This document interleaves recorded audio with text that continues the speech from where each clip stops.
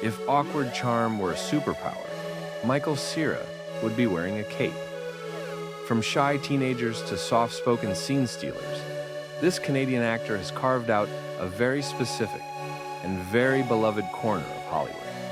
But behind the humble demeanor and dry wit lies a surprising story of versatility, unexpected detours, and an enduring indie spirit. Michael Austin Cera was born on June 7, 1988, in Brampton, Ontario. As a child, a bout with chickenpox led to him watching Ghostbusters on repeat and memorizing the entire script. That's when the acting bug bit him. After dabbling in commercials, yes, including poking the Pillsbury Doughboy Cera, quickly moved on to bigger gigs, landing roles in Canadian shows like I Was a Sixth Grade Alien, and voicing characters in Braceface and the Berenstain Bears. By 2003, Cera got his big break playing George Michael Bluth on Arrested Development, the offbeat cult classic that turned him into a fan favorite. His portrayal of the awkward, lovable son in a dysfunctional family, iconic. The mid-2000s? That was peak Cera. In 2007, he starred in not one, but two generation-defining comedies, Superbad and Juno. As Evan in Superbad, he embodied every anxious teenager, fumbling his way through high school.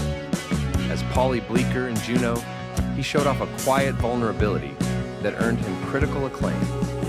Then came Nick and Nora's Infinite Playlist, Youth in Revolt, and Scott Pilgrim vs. the World. Cera became the go-to guy for playing sweet, offbeat dudes trying to figure life out, and the internet loved it. But Cera wasn't content playing the same role over and over. He started experimenting, whether it was playing a drugged-out, egotistical version of himself in This Is the End, a twisted poker player in Molly's Game, or starring in trippy indies like Crystal Fairy and the Magical Cactus.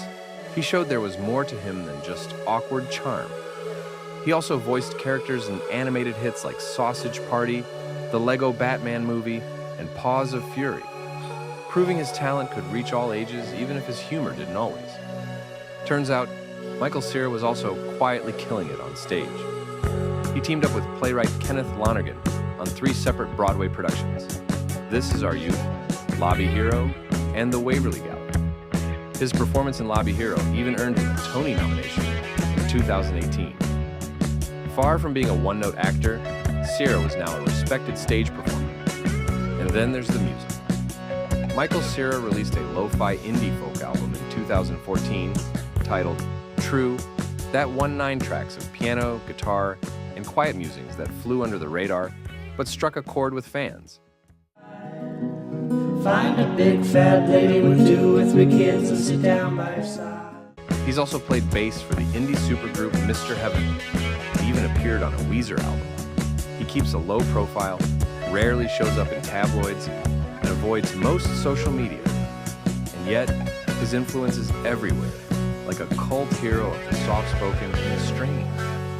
In recent years, Cera's been just as busy starring in the hit Hulu series Life and Beth, returning to Arrested Development, and lending his voice to the animated Netflix series Scott Pilgrim Takes Off.